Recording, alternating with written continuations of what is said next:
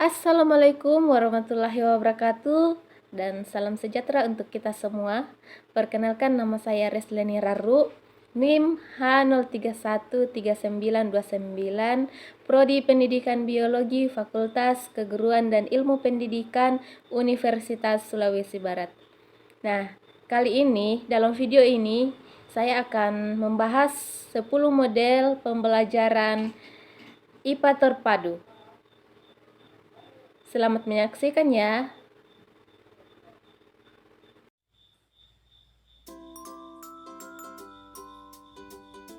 Jadi, dosen pengampu mata kuliah pembelajaran IPA terpadu dibawakan oleh Ibu Sari Rahayu Rahman, SPD, MPD. Nah, model pembelajaran terpadu menurut Robin Fogerty pada tahun 1991 terbagi menjadi 10 bagian. Yang pertama, fragmented, yang kedua, connected, yang ketiga, nested, yang keempat, sequented, yang kelima, sorted, yang keenam, webbed, yang ketujuh, threaded, yang kedelapan, integrated, yang kesembilan, immersed, yang ke-10 networked. Nah, kita bahas satu persatu ya. Yang pertama, model fragmented atau penggalan terpisah. Nah, model fragmented ditandai oleh ciri pemaduan yang hanya terbatas pada satu mata pelajaran saja. Dalam proses pembelajarannya, butir-butir materi tersebut dilaksanakan secara terpisah-pisah pada jam yang berbeda-beda. Misalnya, pada mata kuliah pelajaran IPA dan IPS. Nah, kelebihannya adalah adanya kejelasan dan pandangan yang terpisah dalam suatu mata pelajaran. Kemudian kelemahannya, keterhubungan menjadi tidak jelas, lebih sedikit transfer pembelajaran. Nah, yang kedua, model connected atau keterhubungan terkait. Nah, model connected dilandasi oleh anggapan bahwa butir-butir pembelajaran dapat dipayungkan pada induk mata pelajaran tertentu. Dalam model ini, hubungan satu topik atau antar konsep, keterampilan atau tugas dieksplisitkan dan disiplin ilmu. Misalnya, guru menghubungkan konsep pemecahan dengan desimal, kemudian menghubungkan atau mengaplikasikan untuk materi uang, angka, satuan, dan lain sebagainya. Nah, kelebihan model ini adalah konsep-konsep utama saling terhubung mengarah pada pengulangan atau review, rekonseptualisasi, dan asimilasi gagasan dalam disiplin. Nah, kelemahannya, disiplin-disiplin ilmu tidak berkaitan materi pelajaran, tetapi terfokus pada satu disiplin waktu. Kemudian, model yang ketiga adalah shared atau terbagi. Nah, model shared ini adalah suatu pendekatan belajar mengajar yang menggabungkan dua atau lebih mata pelajaran dengan melihat konsep, sikap, dan keterampilan yang sama. Misalnya, dianalogikan seperti melihat benda jauh melalui teropong binokuler yang menggunakan dua lensa. Kemudian, yang jauh akan terlihat lebih jelas ketika dua pandangan terhadap objek tersebut tertangkap oleh masing-masing lensa yang pada awalnya samar dan terpisah. Nah, kelebihan model shared ini terbagi pengalaman-pengalaman pembelajaran bersama dengan dua orang guru yang disebutkan lensa sebagai contoh di dalam satu tim, seperti teropong binokuler, akan lebih mudah untuk berkolaborasi menghasilkan objek yang sangat jelas. Kemudian kelemahannya membutuhkan waktu, fleksibilitas, komitmen, dan kompromi. Model yang keenam adalah model webbed atau jaringan laba-laba. Nah, model ini memadukan beberapa mata pelajaran pembelajaran dikaitkan dengan tema sehingga dikenal dengan pembelajaran tematik, karena menggunakan suatu tema sebagai dasar pembelajaran dalam berbagai disiplin mata pelajaran.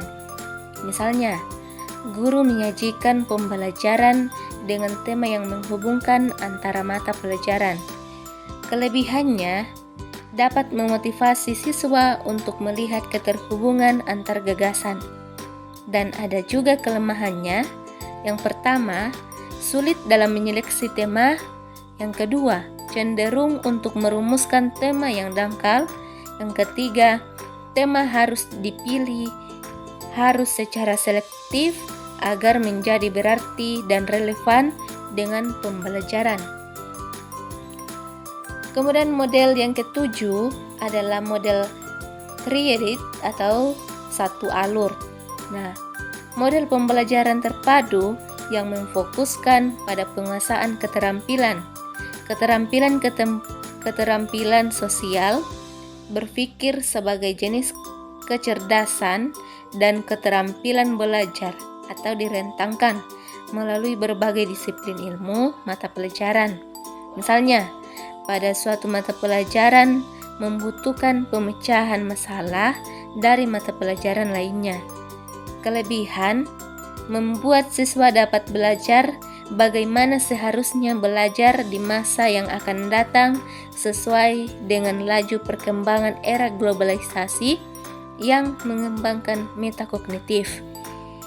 Kelemahan, bagian isi yang berhubungan lintas mata pelajaran tidak ditunjukkan secara eksplisit, jelas atau tersurat, melainkan secara implisit, tersirat, sehingga kurang dapat memahami keterampilan konten antara mata pelajaran satu dengan mata pelajaran yang lainnya.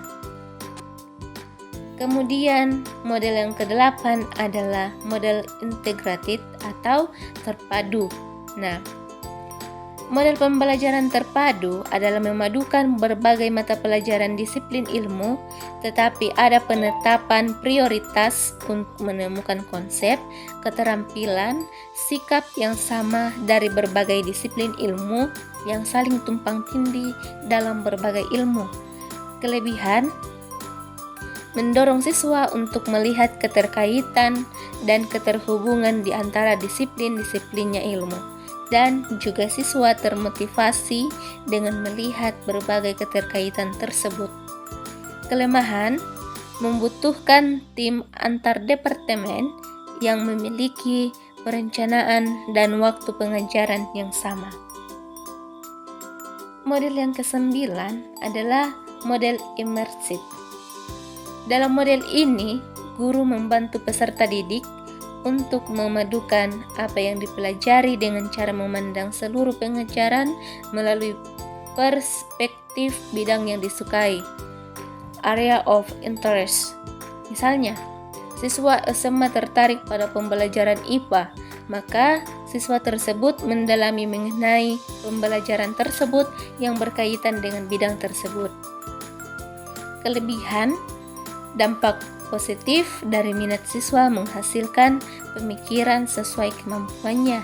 Yang kedua, siswa mengembangkan konsep kunci secara terus-menerus sehingga terjadi proses internalisasi. Kelemahan, penyaringan semua gagasan melalui cara pandang siswa dan diperlukan pengalaman dan pengetahuan yang luas. Kemudian model yang ke-10 sebagai model yang terakhir yaitu model networked. Model ini membelajarkan peserta didik untuk melakukan proses pemaduan topik yang dipelajari melalui pemilihan jejaring pakar dan sumber daya. Misalnya, arsitek jika mereka mengadakan teknologi CAD atau CAM untuk desain. Kelebihan, bersifat proaktif, peserta didik terstimulasi oleh informasi, keterampilan atau konsep-konsep baru. Kelemahan, dapat memecahkan perhatian peserta didik, upaya-upaya menjadi tidak efektif jika peserta didik tidak memiliki kemampuan mengadakan penafsiran ulang terhadap pemahaman yang dimilikinya dan menerapkan secepat. Itulah 10 model pembelajaran IPA terpadu. Sekian dan terima kasih. Assalamualaikum warahmatullahi wabarakatuh. Terima kasih.